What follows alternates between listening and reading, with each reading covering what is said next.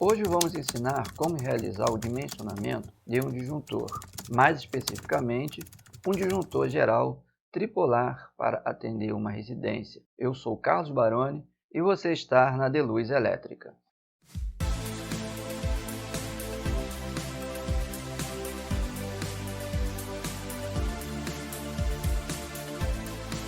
Como dimensionar corretamente o disjuntor geral? Os disjuntores devem ser selecionados em função da corrente prevista para o circuito que ele estiver protegendo. Ciente que os disjuntores possuem uma característica muito importante, o que é a curva de ruptura, esse trabalho deve ser executado por um profissional eletricista capacitado e habilitado para esta função, pois é comum encontrar em residência mais antiga um único disjuntor no quadro de entrada, fazendo a função de proteção geral de toda a instalação e utilizando ainda condutores rígidos.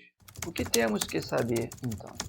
Devemos entender que para dimensionar um disjuntor corretamente, é preciso, primeiramente, conhecer a potência geral que será utilizado na instalação elétrica ou na residência. Vou dar um exemplo de uma pequena residência com 4 circuitos. Temos aqui no circuito 1, 500 watts de potência, alimentando o circuito de iluminação em uma tensão de 127 volts e a corrente 3,94 amperes. Já no circuito 2, a potência é de 600 watts, que é uma tomada ou um circuito de tomada TUG, alimentado também por uma tensão de 127 volts com uma corrente de 4,72 amperes. O terceiro circuito repete novamente com a tomada de TUG, 127 volts, 4,72 amperes.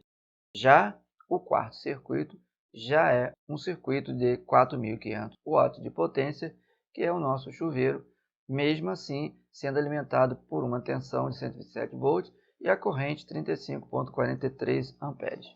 Então já temos aqui os circuitos da nossa instalação e também a potência total em watts de todos os equipamentos com base nessas informações.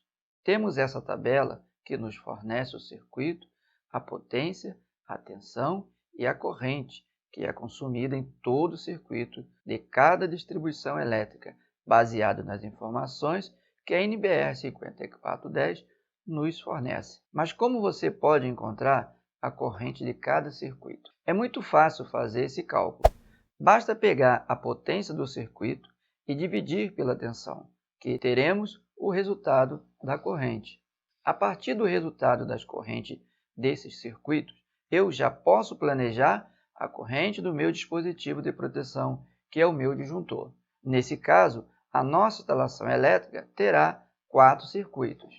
O próximo passo é encontrar os valores dos disjuntores dos circuitos da tabela abaixo. Temos aqui as seguintes informações. Um primeiro circuito de iluminação com potência de 500 watts com uma tensão de 127 volts e a corrente de 3,94 amperes, encontrado com o cálculo anterior que fizemos. Com isso, nós chegamos a um disjuntor de 10 amperes, que cobre a necessidade desse circuito. Então, encontramos nessa tabela os disjuntores referente a cada corrente dos circuitos instalados, como, por exemplo, o circuito 1, que me fornece uma potência de 500 watts, dividido pela tensão de 127 volts. Vou encontrar a corrente de 3,94 amperes. Fazendo isso em todos os circuitos, certamente que irei encontrar a corrente total da minha instalação, que é a soma de todas as potências. Agora, será que se eu somar todas as correntes desta tabela, já posso selecionar o meu dispositivo de segurança, neste caso, o disjuntor? É claro que não, pois a carga instalada é a somatória de todas as potências. Como não é provável o uso de todas as cargas ao mesmo tempo dentro da residência, somar todas as cargas e obter a corrente total como base de cálculo está fora da realidade. Imagine uma residência contendo uma quantidade de 10 lâmpadas em seus respectivos cômodos. É quase impossível o uso de todas as lâmpadas ao mesmo tempo. Por isso, é necessário aplicarmos um fator conhecido como fator de demanda, que será a potência utilizável. Primeiramente, posso aplicar o fator de demanda no circuito de iluminação. Você pode encontrar esta tabela acessando o site da concessionária da sua cidade. Eu vou estar usando uma tabela da concessionária da minha cidade. Além de aplicar o fator de demanda no circuito de iluminação e tomada de uso geral, TUG, temos abaixo 3 circuitos, um de 500 watts mais 2 de 600 watts, em um total de 1.700 watts.